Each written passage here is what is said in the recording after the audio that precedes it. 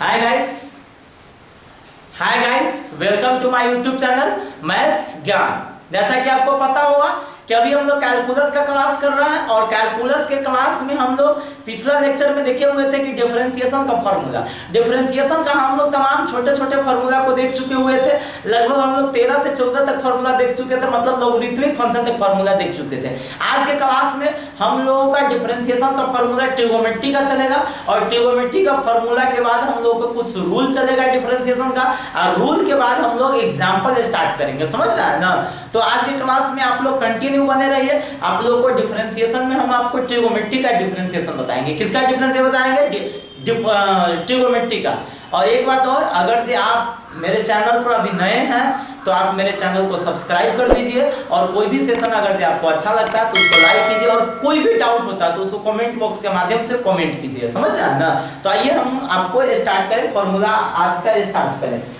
अगर इससे पहले वाला लेक्चर आप नहीं देखे हुए हैं तो आपको डिस्क्रिप्शन बॉक्स में उसका लिंक मिल जाएगा। उस लिंक के सहायता से पिछला फार्मूला पहले देख लीजिए, तब आप इस फार्मूला को देखिएगा तो और अच्छा रहेगा। समझ रहे हैं ना? तो देखिए, समझिए, हम आपको ट्रिगोनोमेट्री का फार्मूला बताने वाले हैं। तो सबसे पहला देखिए, सबसे पहला फार्मूला हम लोग लिखेंगे d sin x by dx, मतलब sin x का डिफरेंशिएशन। इसको क्या कहेंगे? sin x का डिफरेंशिएशन। उसी तरह से दूसरा फार्मूला हम लोग देखेंगे d cos x by dx, दूसरा फार्मूला। उसी तरह से हम लोग तीसरा फार्मूला आज का देखेंगे d tan x by dx। उसी तरह से हम लोग चौथा फार्मूला देखेंगे d cot x by dx। उसी तरह से हम लोग पांचवा फार्मूला देखेंगे d sec x by dx। और उसी तरह से छठा फार्मूला देखेंगे d cosec x by dx।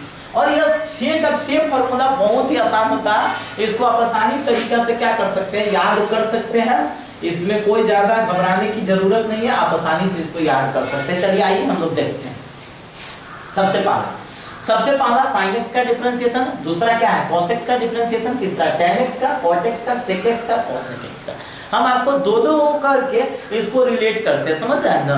दो करके इसको पेयर करते हैं, और पेयर करने के बाद एक दूसरे को रिलेट करके तब हम इसका डिफरेंशिएशन बताएंगे। मजा आ जाएगा आपको, जस्ट आपको अभी याद हो जाएगा। समझ रहे हैं ना? आपको अलग से याद करने का कोई जरूरत नहीं, आपको जस्ट अभी याद हो जाएगा। देखिए, समझिएगा।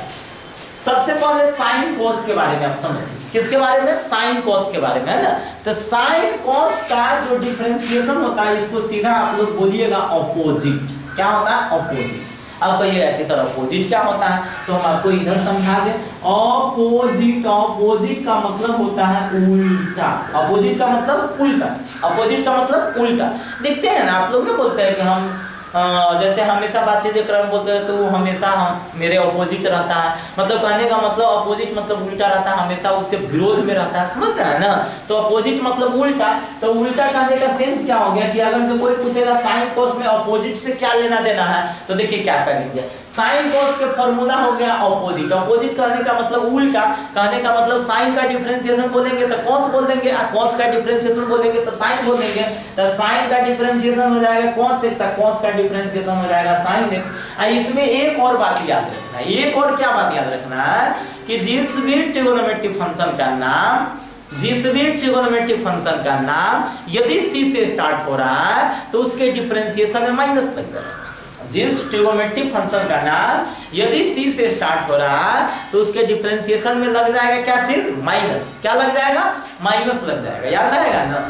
जिस ट्रिगोनोमेट्रिक फंक्शन का नाम c से स्टार्ट हो रहा है उसका, तो देखिए इसमें तो c से स्टार्ट हो रहा है तो इसमें क्या लग जाएगा? माइनस लग जाएगा। अर्थात कोई पूछेगा sin x का डिफरेंशिएशन तो cos x, और cos x का डिफरेंशिएशन तो minus sin x। sin x का डिफरेंशिएशन तो cos x, और cos x का डिफरेंशिएशन क्या हो जाएगा? Minus sin x। समझ रहे हैं ना? अब चलिए फिर हम लोग नेक्स्ट पढ़ेंगे। अब देखिए, इस सब को समझने के लिए थोड़ा सा हमको यहाँ पे ध्यान रखना पड़ेगा कि आप लोग 10th में देखिए, हमारा एक ही एम रहता है, एक ही उद्देश्य रहता है कि आप लोगों को कोई भी चैप्टर पढ़ाते हैं तो उसको बढ़िया से समझाया, उससे रिलेटेड जो भी फार्मूला होता है उस फार्मूला को बताया। समझ रहे हैं ना?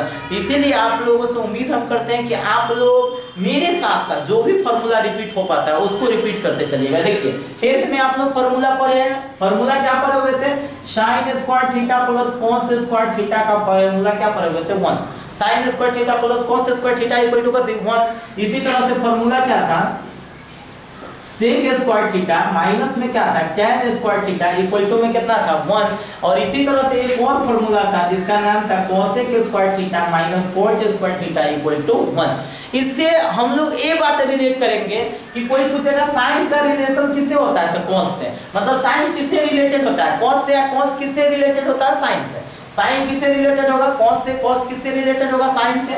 उसी तरह से हम लोग बोलेंगे sec किससे रिलेटेड होता है tan से, tan किससे रिलेटेड होता है sec से। उसी तरह से बोलेंगे cosec किससे रिलेटेड होता है cot से, और cot किससे रिलेटेड होता है cosec से। समझ रहा है ना। तो यहाँ पे भी हमको बहुत ही आसानी से याद रखना है कि कोई पूछेगा tan cot का डिफरेंशिएशन, तो tan cot का डिफरेंशिएशन बोलेंगे अपना रिलेटिव का स्क्वायर, अपना रिलेटिव का स्क्वायर। बस हमको ये बात खाली याद रखना, अपना रिलेटिव का स्क्वायर। तो tan का रिलेटिव क्या है sec, tan का रिलेटिव sec, अपना रिलेटिव का स्क्वायर, तो tan का डिफरेंशिएशन क्या हो जाएगा sec स्क्वायर x। आ देखिए cot का रिलेटिव कथी cosec, तो अपना रिलेटिव का स्क्वायर, तो cot का डिफरेंशिएशन क्या हो जाएगा cosec स्क्वायर x। इसका नाम c से स्टार्ट है, इसमें लग जाएगा माइनस। क्या लग जाएगा माइनस। अब देखिए समझिएगा फिर क्या कह रहा है। अब sec cosec को याद रखिए, sec cosec का होता है अपना तथा रिलेटिव का गुना। कौन चीज का रिलेटिव का गुना, ये बात याद रखना, अपना तथा रिलेटिव का गुना।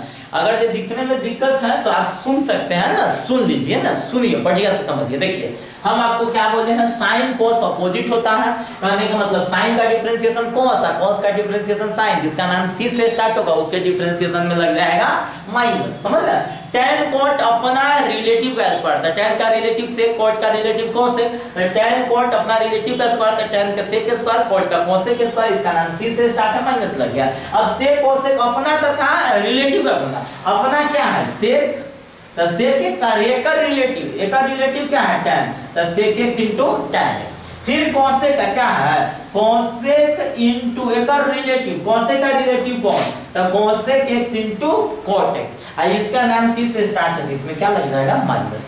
तो हम उम्मीद करते हैं कि आपको ये फार्मूला आपको याद हो गया होगा, नहीं याद हुआ है तो फिर से समझ लीजिए। आपका ट्रिगोनोमेट्री का फार्मूला बहुत ही इंपॉर्टेंट है, समझते हैं ना। साइन का डिफरेंशिएशन cos x, cos का differentiation minus sin x, tan का sec स्क्वायर x, cot का माइनस cosec स्क्वायर x। समझ रहे। sec का sec x into tan x और cosec का minus cosec x into cot x। याद रखिए ट्रिगोनोमेट्री का बहुत इंपॉर्टेंट होता है। साइन का डिफरेंशिएशन cos x, cos का differentiation minus sin x, tan का sec स्क्वायर x, cot का minus cosec square x, sec का sec x into tan x, cosec का minus cosec x into cot x। तो आज के class में हम लोग क्या देखे हैं कि भाई ट्रिगोनोमेट्री का फार्मूला, ट्रिगोनोमेट्री का डिफरेंशिएशन देखे हैं। फिर हम आपको नेक्स्ट लेक्चर में लेके आएंगे कि डिफरेंशिएशन का कुछ रूल होता है, उस रूल के अकॉर्डिंग आपका डिफरेंशिएशन किया जाता है। तो आज के क्लास में कंटिन्यू बने रहने के लिए आपका धन्यवाद। फिर हम आपको मिलेंगे अगले सेशन के साथ अगले दिन। धन्यवाद।